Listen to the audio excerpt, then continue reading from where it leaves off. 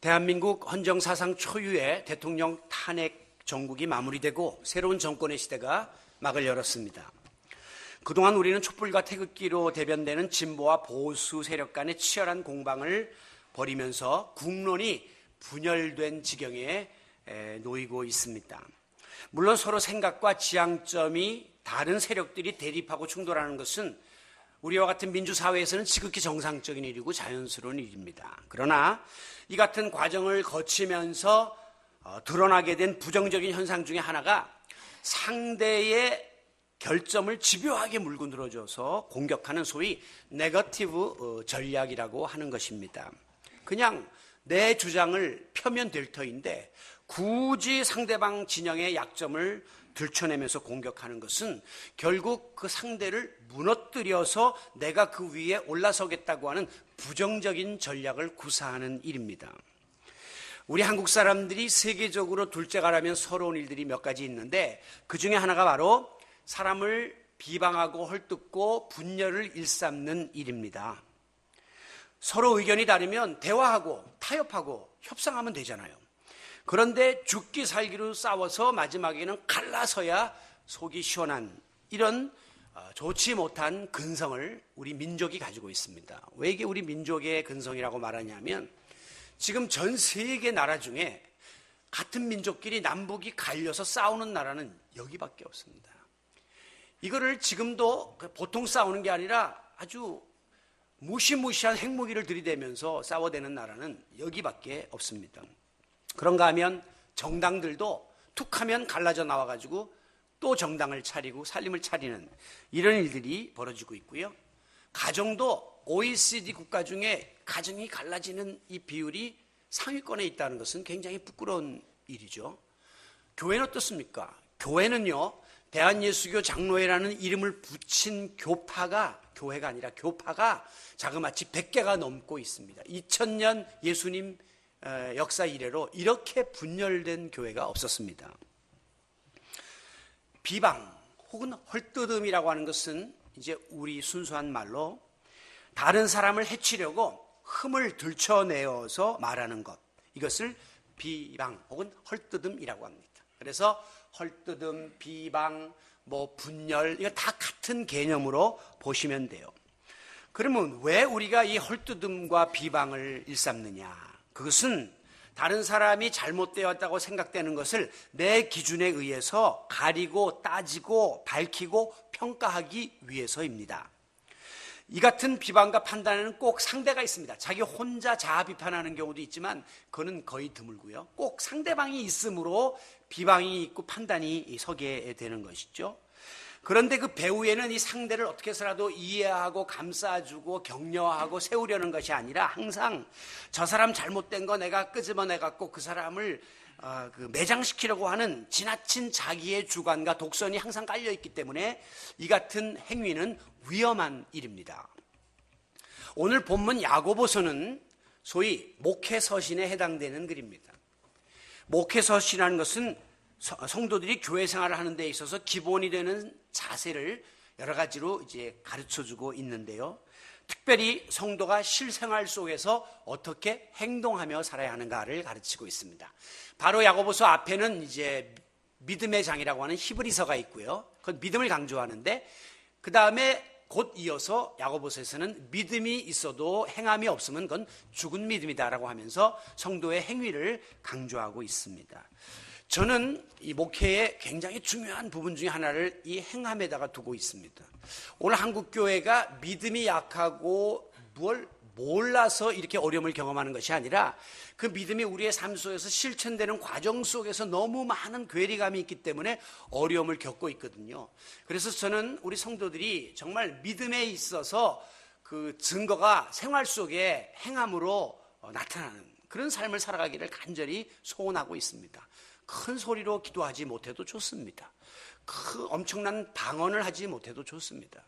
여러분의 삶 속에 그리스도인의 향기가 나고 냄새가 날 수 있어야 진정한 그리스도인인 것이지, 엄청난 신비한 체험을 했다 손치고 하나님과 나만이 아는 그런 믿음의 세계를 갖고 있다고 하면서 생활 속에서 열매를 맺지 못하면 그것은 안 믿는 사람에게는 무조건 X자로 점 찍히게 되기 때문에 오늘 우리에게 이 행함은 굉장히 중요한 우리의 과제입니다. 그 중에서도 이 야고보서에 보면 이 성도들의 부정적인 언어 생활, 그리고 그 말실수 이런 거에 대해서 주제를 다루고 있습니다. 그거 보면 옛날에 야고보 시대나 또 지금이나 동일하게 우리 인간관계나 교회생활 속에서는 이 말로 인해서 빚어지는 부작용이 굉장히 심각하다는 것을 알 수가 있습니다. 무심코 던진 돌멩이가 개구리를 죽게 한다라는 말이 있습니다. 우리는 아무것도 아닌 것처럼 툭 던졌지만 그것 때문에 맞는 사람은 엄청난 충격을 당하게 된다고 하는 것이죠. 여러분, 오늘 우리가 별 의미 없이 내뱉었던 말 한마디 때문에 상대방이 큰 상처가 있거나 또 이제 교회에 그 평지풍파를 일으키는 경우들이 비일비재하게 나타나고 있습니다. 제가 30여 년 목회를 하면서 성도들이 이제 시험에 드는 경우들을 많이 보았는데 이 시험 드는 경우에 통계적으로 우선순위 1, 2위가 뭐냐면 말실수입니다. 교인들 간에 잘못된 말, 또 목회자가 내뱉은 그릇된 말, 이런 것들이 이제 점점 확대되면서 큰 시험에 빠지게 만들곤 하는 것이죠. 따지고 보면 그 사건 자체는 별로 중요한 사안이 아니에요. 그런데 잘못된 말 한마디 때문에 별일도 아닌 것이 별일이 되는 거예요. 잘못된 말 한마디 때문에 사소한 일이 확대되어서 큰 일로 발전하게 되는 것입니다. 이걸 소위 우리가 긁어부스럼이라고 얘기하죠. 별거 아닌 건데 내가 막 긁음으로 그게 나중에 크게 화를 입게 되는 겁니다. 오늘 서두 영상에서도 본 것처럼 교회 공동체에서 한 사람의 역할이 얼마나 중요한가를 우리가 살펴보았습니다. 지퍼에 이빨이 빠지면 지퍼 망가집니다. 전체 버려야 합니다. 또 이렇게 옛날 괴종시계에 그 옆 톱니가 하나 빠져나가면 시계 버려야 합니다. 또 우리가 본 것처럼 기차가 그 레일에서 그 나사가 빠져나가므로 엄청나게 큰 사고를 유발하는 그런 동영상도 보았죠. 우리 KTX가 이게 이렇게 큰 사고를 일으켰을 때의 원인 조사단이 분석을 하니까 그 KTX 안에 있는 7mm, 1cm도 안 되는 나사못 하나가 빠졌는데 이거를 찾아내지 못해갖고 엄청난 인명을 손실을 가져왔다고 하는 사실을 살펴보았습니다. 야고보서 3장 5절에서 말씀하는 것처럼 우리의 혀는 우리 전체 지체 중에 지극히 작은 것이로되 이것이 작은 불씨가 큰 대형 산불을 내듯이 어떤 사람이 무심코 버린 담뱃불이 천년 고차를 태워버리고 우리가 그 오랫동안 공을 들였던 산을 다 민둥산으로 만드는 것처럼 우리의 언어 생활이 잘못 던져지면 그것 때문에 화를 불러일으키게 되고 또 여러 가지 교회 안에 큰 시험을 가져오게 된다 하는 사실을 우리가 명심해야 합니다. 그렇기 때문에 우리는 언어 생활에 항상 조심하고 덕을 세우는 그런 언어 생활에 힘써야만 하는 것입니다. 그렇다면 우리가 이 다른 사람과의 관계 속에서 금해야 될 언어가 무엇일까? 우리가 지금 새롭게 개혁되는 교회로서 이제 발돋움하기 위해서 전반부에는 우리 마음을 새롭게 하는 일들을 지금 열심히 하고 있는데 우리가 아무리 모여가지고 회의를 하고 탁상 공론을 해도 내 마음이 새로워지지 않으면 그 모든 것들은 다 공수표로 돌아갈 수밖에 없기 때문에 우리가 특별히 이 언어 생활에 있어서 금해야 될 부분들을 크게 두 가지로 오늘 말씀드리려고 합니다. 이제 그 중에 먼저는 서로가 서로를 비방하고 소위 헐뜯는 일을 해서는 안 됩니다. 이건 절대 안 됩니다. 11절 서두에 보면 형제들아 서로 비방하지 말라 명령이에요. 강력한 하나님의 명령입니다. 여기서 우리가 살펴봐야 될 것은 먼저 형제들아 이 말이에요. 지금 우리의 관계는 교회 안에서 예수님의 한 피를 주고받은 형제 자매의 관계입니다. 우리 지금 남이 아닙니다. 다 같은 식구라 말이죠. 그런데 만약에 우리가 여기서 서로를 헐뜯고 비방하는 일을 일삼으면 이 공동체가 점점 병들게 되고 그리고 무너지는 일이 마지막에 벌어지게 됩니다. 그러므로 교회 안에서 우리가 성도들 사이에 언어 생활을 할 때에는 말하는 사람도 항상 조심해야 되고 말을 듣는 사람도 실수가 없도록 그리고 이 말을 듣는 사람이 내 형제라고 하는 의식을 항상 가지고 그러면 어떻게 합니까? 존중해주고 배려해주고 그리고 사랑하는 마음으로 우리가 이야기해야 합니다. 전에 어떤 목사님이 저를 보고 그래요. 제가 목사 수련을 갔는데 제가 조금 순발력이 있는 편이거든요. 목사님 순발력이 뛰어나십니다. 어떻게 그런 순간순간 치고 나오는 말씀이 참 다른 사람의 추종을 불허합니다. 그런데 그래서 저에게 뭐라고 조언하냐면, 자기가 섬기던 교회, 큰 교회, 우리나라에서 손꼽는 교회 목사님이 계셨는데, 그 목사님 설교 자기가 비서로서 많이 도와드렸는데 딱 쪽지 하나 갖고 올라갑니다. 그래서 그냥 딱 이렇게 하면 그 시간을 그냥 엮어가지고 교인들을 웃겼다 울렸다 그러면서 끌어가는데, 목사님은 그런 탤런트가 있으니까 저보고 그런 식으로 한번 설교해 보세요 라고 이야기를 하더라고요. 제가 굳이 원고 설교를 고집하는 이유는, 그렇게 하다 보면 실수가 나오게 돼 있어요. 하다 보면 준비되지 않은 상태에서 즉흥적으로 하다 보면 안 할 소리를 했구나 이렇게 되고, 그 다음에 자꾸 설교가 이 곁길로 자꾸 가지를 치면서 나가기 때문에 성도들이 듣기는 자연스럽고 좋을지 몰라도 사실은 그것은 굉장히 위험성이 있는 것입니다. 아무리 설교를 30년 40년 해서 도통한 자리에 나가도 이것을 꼭 준비해서 내가 필요한 것 이상의 것을 될 수 있으면 하지 않으므로, 설교는 계속 내가 보고 읽고 걸러내고 줄치고 해가지고 준비를 한 것이거든요. 이런 대화가 우리 가운데도 필요하다고 하는 것입니다. 뭐 교인들 친하다 보니까 좋다고들 우리가 하는 이야기인데, 그냥 하다 보면 그것이 웃자고 한 건데 나중에 어려움이 될 수도 있으니까 항상 상황을 살피면서 더 조심해야 돼요. 친할수록 더 조심하고 더 사랑을 우리들이 배려할 수 있어야 한다는 것입니다. 이 바탕, 비방이라고 하는 거, 이 헐뜯는다고 하는 말의 원어는 처음부터 악의를 품고 반대하려고 말하는 것이고, 무시하려고 말하는 것이고, 함부로 말하는 것이기 때문에 이것은 옳은 일이 아닙니다. 처음부터 나를 높이고 상대방은 짓누르려고 이야기하는 것이고, 또 나는 무언가를 이 대화를 통해서 얻고 저 사람은 잃어버리게 만들려는 것이기 때문에 궁극적으로는 상대를 넘어뜨리려는 불순한 의지를 갖고 있는 것이 비방이고 헐뜯음입니다. 헐뜯음, 비방의 특징 중에 하나는 백바이팅, 뒤에서 문다는 거예요.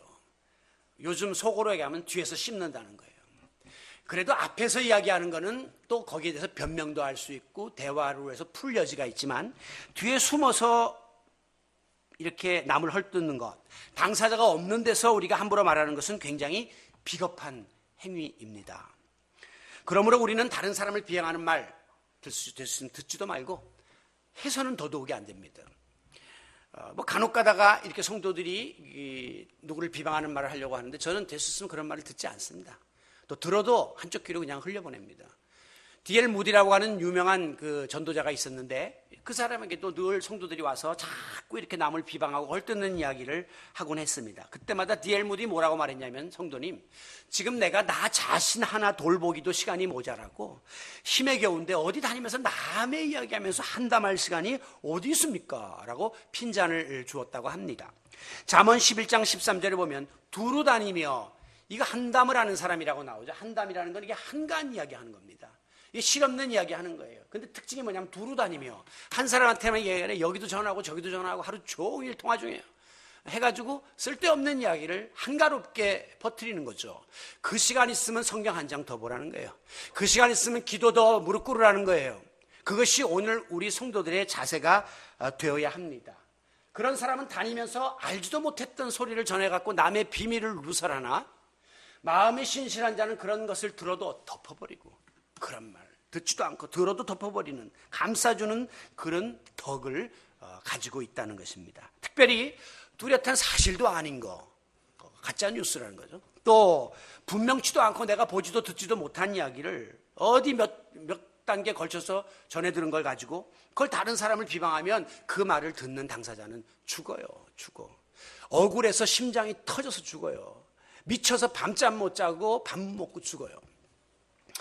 여러분, 레위기 19장 16절에 보면, 너는 백성 중에 돌아다니며 다른 사람을 비방하지 말며 내 이웃을 대적하여 죽을 지경에 이르게 하지 말라 그랬어요. 다른 사람 근거 없는 말로 비방하면 그 사람 죽이는 일이라는 겁니다. 인격 살인을 하는 거죠. 그리고 그것 때문에 간접적 살인을 하는 겁니다. 간혹 가다 보면 억울한 누명을 쓴 사람이 자살합니다. 그 왜 그러나 했더니 너무 들은 소리가 억울해서 이 사람 물론 자기가 목숨을 끊었지만 근원을 따지고 보면 그 말을 퍼뜨린 사람이 간접 살인을 한 거예요. 여러분, 암 환자들이 발병 전에 이 비방에 아픈 화살을 맞은 적이 있다고 하는 통계들이 많이 나와 있습니다. 이렇게 다시 말하면 그 내가 말도 안 되는 소리, 근거도 없는 그 화살을 맞고 나니까 이게 곪고 이게 상처가 덧나면서 나중에 정신적, 육체적인 질병에 빠지게 되는 경우들이 많다는 이야기죠. 여러분, 오늘 상대방이 나하고 다를 수 있습니다. 내가 그 사람 싫을 수 있습니다. 내가 그 사람 심지어 미울 수도 있습니다. 그러나 절대 직접적으로 입을 열어서 비방하거나 헐뜯으면 안 돼요. 그냥 또 알지도 못하는 근거 없는 말 전하는 그런 헛수고 해서도 안 됩니다. 교회 안에서 항상 우리가 이 헐뜯음, 비방을 금하는 그런 귀한 사랑의 공동체의 정신을 회복할 수 있기를 바랍니다.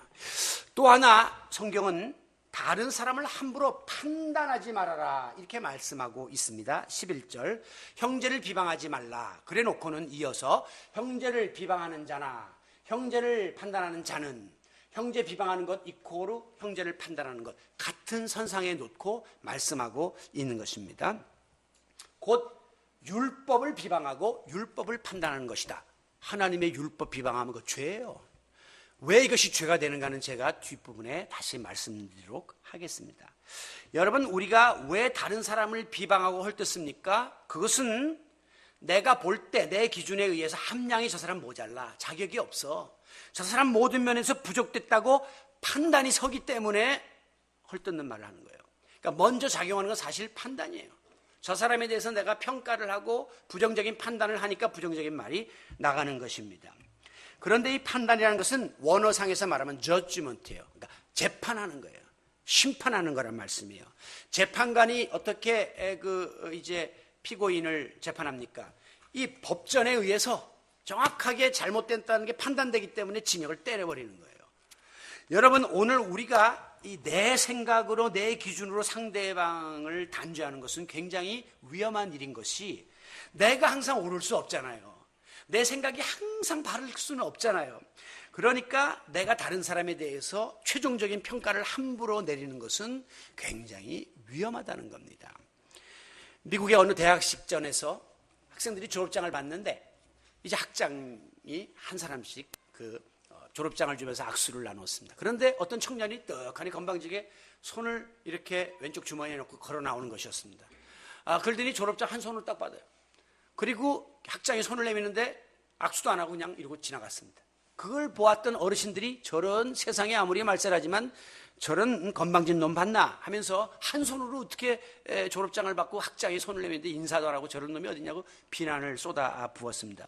나중에 알고 보니까 이 청년은 사고로 인해서 한쪽 손목을 잃어버린 청년이에요. 그래서 항상 이렇게 주머니에 그 팔을 넣고 다녔습니다. 그런데 학교에서는 모범생으로 아주 장학금을 받으면서 훌륭하게 학업을 이수했던 그런 학생이었습니다. 나중에 이 같은 사실을 알았어요. 그랬더니 그 청년을 향해서 비방하고 헐뜯었던 모든 어른들이 미안함을 느꼈고 부끄러움을 느낄 수 있었다는 거죠.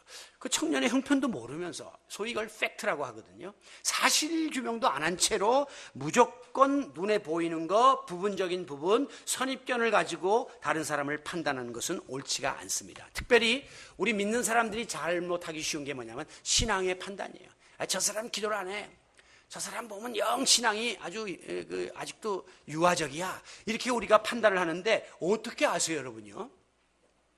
그분이 숨은 골방에서 기도하는지 어떻게 아시냔 말이에요.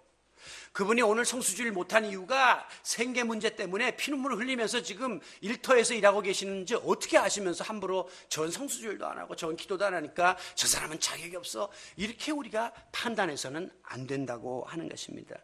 그것을 통해서 잘못하면 우리가 영적인 교만에 올라서는 겁니다.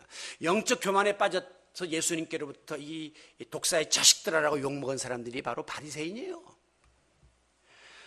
오늘 우리에게 다른 사람이나 어떤 행위나 사건에 대해서 내가 주관적으로 평가할 자유가 있습니다. 판단할 수 있는 능력이 여러분에게 있습니다. 그래서 이 말씀이 아예 그러면 인간의 판단 능력을 버려라 그런 말이 아니에요. 하나님께서 주신 이성과 지혜로 냉철하게 바른 판단을 내리십시오. 그러나 부정적인, 그릇된, 좋지 못한, 네거티브한 그런 쪽으로 판단하는 자세를 할 수 있으면 금하고자 노력을 해야 한다고 하는 것입니다. 그러므로 우리가 다른 사람이나 사건을 대할 때에 무조건 내 편에서 내 기준에서 함부로 속단하고 그냥 결론을 내려버리고 재판을 해버리는 이런 것은 옳지 않습니다. 이건 옳고 저건 그러다. 이거는 선이고 저건 악이다. 이렇게 우리가 내세울 만한 그런 자격이 없기 때문이에요. 그렇게 이야기하는 것은 내가 완벽한 재판관이라는 소리인데, 심지어 어떤 법관은 판결을 내리기 전에도 꼭 그렇게 고백했다고 합니다. 나도 한 사람의 부족한 인간일 뿐입니다. 그러므로 내가 내리는 판결이 완벽할 수 없으나 나는 우리 대한민국의 헌법에 근거하여 혹은 내가 공부한 법전에 근거하여 판단을 내릴 뿐입니다. 그렇게 항상 고백했다는 거 아닙니까? 여러분, 우리가 이 헐뜯음과 비방과 판단을 금해야 될 이유가 있습니다. 이유가 있으니까 이거 하지 말라는 거죠. 첫째는 내가 완전하지 않기 때문이에요. 예수님께서는 마태복음 7장 3절에서 어찌하여 형제의 눈에 있는 티는 보고 내 눈에 있는 들보는 보지 못하느냐. 어떻게 네 눈에 들보가 있는데 형제 눈에 있는 티를 빼라고 말할 자격이 너에게 있느냐. 그렇게 말한다는 거죠. 여러분, 어떤 남자가 이 세상에서 가장 완벽한 여성을 아내로 맡고 싶었습니다. 그래서 전 세계를 찾아다니면서 완벽한 여자를 찾아다녔는데 40년을 찾아다녀도 자기 이상형인 완벽한 여자를 만나지 못해서 노총각으로 늙어버리고 말았습니다. 한 번은 친구가 이야기했습니다. 이보게, 아니 40년을 전 세계를 다니면서 찾았는데도 그래 당신 마음에 드는 완벽한 여자가 없었단 말인가? 그랬더니 이 청년이 말하기를, 아니, 지금은 노인이 되었죠. 말하기를, 아니, 내가 딱 한 번 그런 여자를 만난 적이 있어. 근데 왜 성사가 안 된 거야? 그런데 그녀도 역시 세상에서 가장 완벽한 남성을 찾아다녔대. 네가 완벽한 남자가 아닌데 네가 어떻게 완벽한 여자를 만나냐. 이렇게 되어가지고 그만 그녀의 선택을 받지 못했다고 하는 이야기입니다. 여러분, 세상에서 육신을 입고 사는 사람 중에 완전한 사람은 어디 있습니까? 심지어 목회자들도 다 문제가 있고 불완전합니다. 그래서 끊임없이 자신의 부족을 고백하고 함께 고쳐나가고 함께 몸부림치는 거죠. 그러므로 우리에게 필요한 것은 서로가 가지고 있는 부족과 약점과 허물을 들춰내고 파헤치고 고발하는 것보다 인정해요. 그분의 그 모습 그대로. 그 다음에 이해해줘요. 그리고 용서하고 감싸주는 자세입니다. 이 마음을 가지면 품지 못할 사람이 없더라고요. 저도 목회를 해보면서 독특한 분들을 많이 만나는데 그때마다 그걸 막 정죄하려고 들면 내 마음도 괴롭고 또 목회도 힘들어요. 그런데 이해를 하려고 덤벼들면 저분이 이럴 수밖에 없었던 거 이해하면 아니나 다를까 가정 환경에서 그런 문제도 있고 성장 과정에서도 있고 경제 문제가 있고 인간관 다 드러나더라고요. 그래서 이걸 굳이 들춰낼 이유가 없는 것입니다. 특별히 우리는 형제 자매가 된 한 피마다 한 몸이 이룬 형제자매잖아요. 여러분 아버지가 결정적 실수를 했습니다. 여러분 다니면서 나팔 봅니까? 아니요. 입 다물어요. 여러분 형제가 잘못했습니다. 여러분 심지어 내가 부인한테도 우리 친가의 이야기를 안 하려고 그럽니다. 흉이 되니까 부끄러우니까. 그것이 한 피 받은 형제자매의 관계예요. 오늘 우리가 섣불리 다른 사람을 판단하거나 비방하거나 헐뜯으려고 들지 말고 내가 완전치 못한 존재고 나는 그 사람보다 더 부족한 점이 많은데 하는 사실을 늘 깨달으면서 겸허하게 다른 사람의 모든 약점을 끌어안을 수 있는 사랑의 사도들이 되시기를 바랍니다. 두 번째는요, 더 무서운 게 그 비방과 판단이 마지막 나한테 와버려요. 여러분이 심은 게 나한테 온다고 생각하면 잘 심어야 되잖아요. 마태복음 7장 2절에 보면 예수님 말씀하시기를 너희가 비판하는 그 비판으로 너희가 비판을 받게 될 것이고 너희가 헤아리는 그 판단으로 너희가 마지막에 헤아림 판단을 받게 될 것이다 라고 말씀했습니다. 여러분 한번 여러분의 생활을 좀 새롭게 하고 싶으면 마태복음 7장을 자꾸 읽으세요. 이게 소위 말하면 정말 황금률입니다. 거기에 보면 우리가 하지 말아야 될 관계들이 잘 나와 있는데 거기 보면 바로 이 남과의 관계에 있어서도 우리가 함부로 말하지 말아야 될 그 사실을 우리에게 정확히 가르쳐주고 있어요. 즉 심은 대로 거두는 날이 온다는 것이에요. 어떤 농부가 나귀와 염소를 함께 길렀습니다. 그런데 나귀는 짐을 지고 충직하게 주인의 일을 잘하는 염소는 매일 뺀질뺀질하게 들판에 가서 풀만 뜯어먹으니까 주인이 염소를 편애했습니다. 염소가 화가 났습니다. 그래서 나귀를 좀 해칠 계략을 꾸몄어요. 나귀한테 야, 너같이 평생 그렇게 일만 죽어라고 하는 동물이 어디 있냐. 너 그렇게 우직하게 지내지 말고 요령을 부려서 살아야 돼. 어떻게? 한 번은 짐을 지고서 개울을 건널 때 일부러 팍 하면서 넘어져 버려. 그러면 주인이 보고 네가 지금 몸이 약해졌구나 하는 것을 알아서 앞으로 너에게 무거운 짐을 짊어지지 않게 하실 거야. 그러면 이제 상대적으로 염소가 자기에게도 사랑이 올 줄 알았던 거죠. 그런데 이 나귀가 진짜 그 염소의 그 꾀에 넘어가서 그만 무거운 짐을 지고 가다가 오늘 부른 찬송처럼 무거운 짐을 나홀로 지고 견디다 못해 쓰러질 때 막 쓰러져 버렸어요. 수의사가 사랑하는 나귀가 쓰러지니까 막 농부가 가가지고 수의사를 불러서 진찰을 하고 난리가 났습니다. 수의사가 진찰을 쭉 해보더니 아이고 아니 역시 이 나귀의 몸이 많이 쇠약해져 있군요.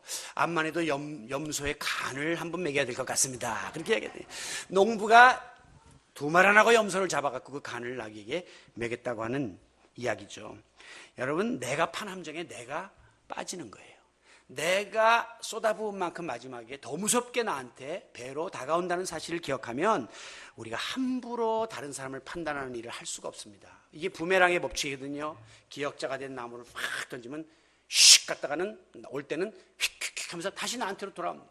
이게 메아리의 법칙입니다. 야호! 상대방에게 막 욕을 답답해서 산에서 하면 그 욕이 나한테 다 다시 돌아오게 되어 있다고 하는 것이죠. 그러므로 이 모든 시기, 질투, 또 비방, 헐뜯음, 판단의 최후 희생자는 나예요. 왜 내가 죽으려고 그 일을 합니까? 여러분이 절대 그 일을 금하셔야 합니다. 더 무서워집니다. 세 번째는 비방과 판단은 나만 죽는 게 아니라 우리 공동체를 완전히 파멸시킵니다. 헐뜯고 비방하고 판단하는 사람들이 자꾸 나타나면 그 자기 자신이 자살하는 행위일 뿐 아니라 그것 때문에 부정적인 영향이 교회 안에 확산됩니다. 사람들이 눈치를 보기 시작하고 긴장하기 시작해요. 그래서 마지막에 교회 공동체가 함께 폭발해버립니다. 자폭하는 행위예요. 여러분, 지금 이 교회들이 많이 분쟁에 얽혀 있다는 말씀 들으셨는지요? 우리 노회, 우리 총회만 해도 약 80개 교회가 지금 분쟁에 휩쓸려 있습니다. 큰 교회들입니다. 사회법정에까지 지금 가고 있는데 그 교회들이 그렇게 큰 건물을 짓고 그렇게 많은 성도들이 나오고 헌금이 많이 거칠 때는 그 교회가 한때 왕성했다는 거예요.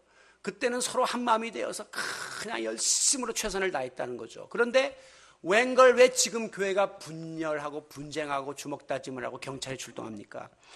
그 안에 서로 미움이 생기기 시작합니다. 다툼이 생긴 겁니다. 비방이 생긴 겁니다. 그리고 네 편 내 편 판단이 생기면서 교회 공동체가 마지막에 파멸되는 자폭 행위를 한 것이죠. 가정도 마찬가지입니다. 지난 주일날 우리가 살펴본 것처럼 노아 아버지가 이렇게 포도주에 취해서 치부를 드러내고 잠을 잘 때 그것을 감싸야 될 그 아들 함이 그걸 보고 나와가지고 사람들에게 동네방네 다니면서 자기 아버지의 수치를 드러냈기 때문에 함은 저주를 받습니다. 부부 사이도 마찬가지입니다. 이 다윗이 법궤가 들어올 때 너무 좋아가지고 막 춤을 추고 난리를 쳤는데 그 모습을 2층에서 내려다봤던 부인 미갈이 아니 일국의 왕이 채신머리 없이 그러고 백성들 앞에서 춤을 추고 그래요 하면서 비난하고 비웃었습니다. 그 미갈은 평생 아기를 낳지 못하는 저주를 받습니다. 형제자매 간에도 마찬가지입니다. 모세가 이 구수 여인을, 이방 여인을 취했습니다. 그러자 이것을 못마땅하게 여긴 동생 미리암과 형 아로니가 막 이것을 비난을 했습니다. 결국 미리암에게 나병, 문둥병이 임하게 되었습니다. 국가 공동체는 더 말할 나위가 없습니다. 이스라엘 백성들이 이 광야에서 난관에 봉착할 때마다 제일 먼저 입을 열어서 지도자 모세를 헐뜯고 지도자가 잘했던 거는 생각 안 하고 어려우면 그냥 가서 공격을 퍼부었습니다. 그랬더니 불평 불만을 일삼았던 1세대들은 한 사람도 여호수아와 갈렙 외에는 가나안 땅에 들어가지 못하고 다 죽는 비참한 종말을 맞이했습니다. 교회 공동체, 이거는 더 말할 나위가 없습니다. 제가 신학교 때 이 말씀을 듣고 깜짝 놀란 말씀이 있습니다. 갈라디아 5장 15절 말씀입니다. 나는 성경에 이런 말씀인지 그때 몰랐거든요. 그랬는데 뭐라고 나왔냐면 서로 물고 먹으면 피차 멸망할까 조심하라. 왜 이 말씀을 알게 됐냐면 신학교 때 제가 학우회 임원으로 뛰었는데 거기에서 이제 분란이 일어났습니다. 그래서 이제 신학생들이 막 싸움을 하고 서로 난리가 났는데 어떤 분이 이 구절을 주면서 뭐라고 하냐면 피멸조, 이게 우리의 구호였어요. 피멸조, 같이 망한다, 같이 죽는다, 이러면서 서로 물고 뜯으면 안 된다. 형제 간에 성도 간에 공격하고 그리고 하이에나처럼 가서 그냥 사람을 잡아먹으려고 하면 안 된다라고 이야기했어요. 왜? 같이 망해요. 저의 목회 경험에 의하면 교인들 간의 다툼에는 승자가 없습니다. 내가 저 사람한테 이겼으니까 저 사람 내보냈으니까 난 이겼다. 천만의 말씀. 머지않아 그 사람이 나가요. 다 나가요. 교회 안에서 싸움한 사람들 치고 끝까지 가는 사람 저는 못 봤습니다. 둘 다 망합니다. 둘 다 패자가 됩니다. 그렇기 때문에 우리는 절대 공동체를 파멸하는 이 일에 관여해서는 안 됩니다. 여러분, 이것은 뒷부분으로 가보면 비방과 판단 이런 것은 사탄의 전략이에요. 이건 아주 100% 악한 영의 시험입니다. 사탄이 시험에 우리를 빠지도록 하기 위해서 가장 즐겨 쓰는 방법이 뭡니까? 이게 이간질이고 분열입니다. 사탄의 특징은 18번이 틈타는 거예요. 그리고 갈라지게 만드는 거예요. 그렇게 좋은 부부 사이를 틈타가지고 그냥 갈라지게 하고 성도 사이를 갈라지게 하고 교인과 목사 사이를 갈라지게 만든다는 것이죠. 오늘은 제가 이솝 우화를 하나 더 갖고 왔는데 어떤 황소가 어떤 농부가 4마리의 황소를 길러답니다. 그런데 사자가 호시탐탐 저 황소들을 잡아먹고 싶은데 요 4마리가 똘똘 뭉쳐가지고 다니니까 사자가 이걸 한꺼번에 해치기가 너무 버거웠습니다. 사자가 머리를 썼습니다. 황소 한 마리에게 가서 말했어요. 야, 너 저 황소가 너 비난하는 소리 들었냐? 너를 얼마나 씻고 다니는지 몰라. 화가 났습니다. 두 번째 황소야. 야, 저쪽 황소가 너를 매일 비방하고 너 모자란다 그러고 너 한심하다 그래. 뭐 씩씩거리기 시작했습니다. 그래갖고 4마리한테 다 가서 서로 그들의 마음에 분열하는 마음을 심어놓으니까 그 다음부터는 황소들이 씩씩거리면서 혼자 가서 자기 개인의 일을 하고 개인 플레이를 하게 되고 흩어졌습니다. 사자는 그때를 이용해서 그 황소들을 한 마리씩 잡아먹었다고 하는 것이죠. 사탄은 우리의 약점을 교묘하게 파고듭니다. 그래서 우리로 하여금 서로 분열하게 만듭니다.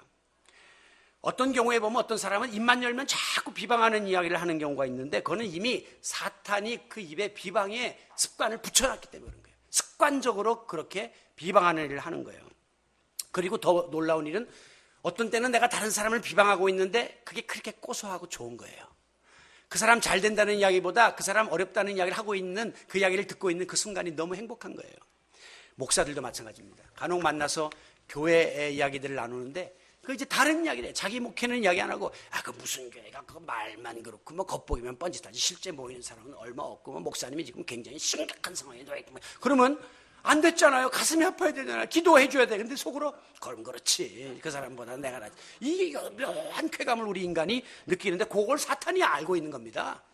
그래서 그런 거를 하면 여기다 쾌감이 나오게끔 그렇게 만들어가지고 그거를 계속해서 이용해 먹는 이 사단의 전법을 우리가 알아야 돼. 이게 틈타는 놈이고 여기 이간질시키는 놈이고 이게 분열을 일삼는 놈이고 이걸 통해서 쾌감을 느끼게 만든다는 사실을 알고 철저하게 차단해낼 수가 있기를 바랍니다. 결국 비방과 판단은 죄입니다. 왜? 사탄의 역사에 의해서 조종되는 거니까 죄죠.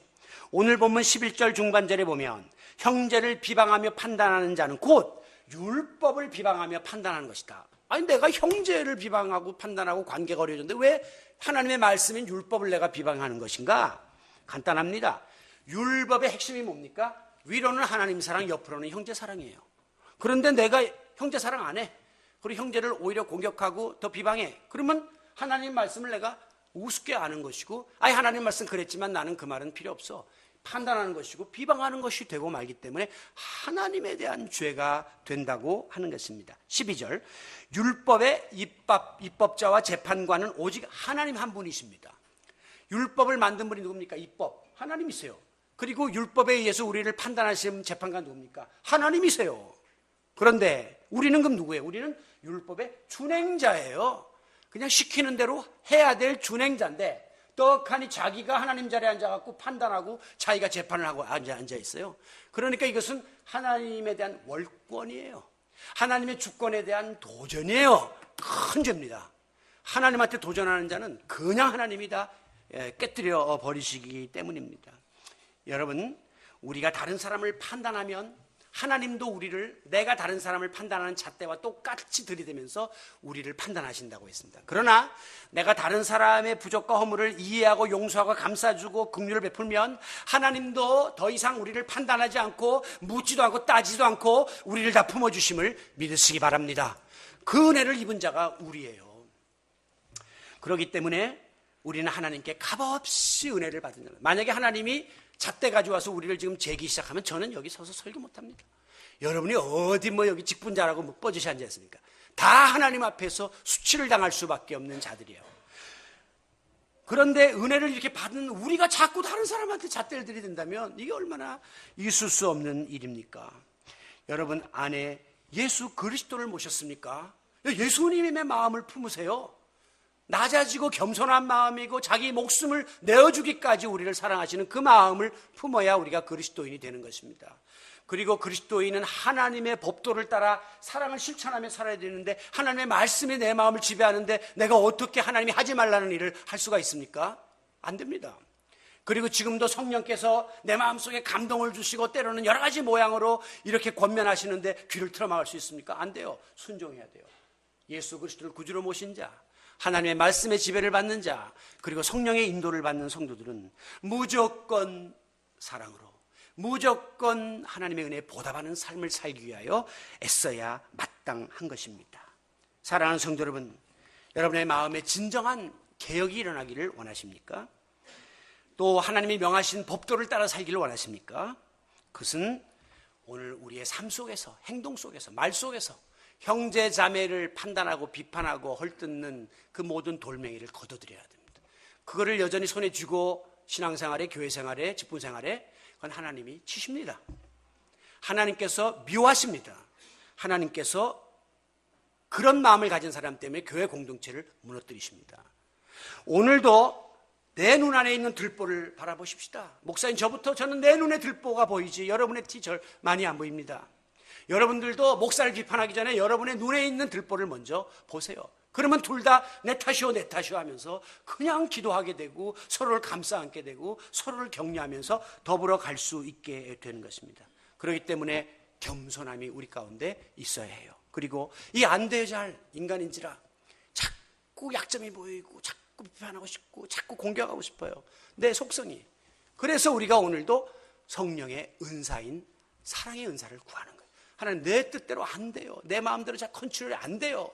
하고 싶은데 내 속성이 좀 이렇게 생겨먹어가지고 안 돼요. 그러니까 나는 그렇게 살래요. 그게 아니라 예수 믿는 사람은 부족하니 주님 성령의 은사를 허락하셔서 내 마음을 재창조해 주시고 사랑의 마음으로 좀 다듬어 주세요. 그게 신앙 아닙니까? 그래서 노력하고 그 다음 스텝으로 올라가고 더 성숙한 자리에 나아가는, 바로 이것이 우리의 신앙의 여정, 아름다운 사랑의 공동체 여정이 되시기를 예수님의 이름으로 축원합니다.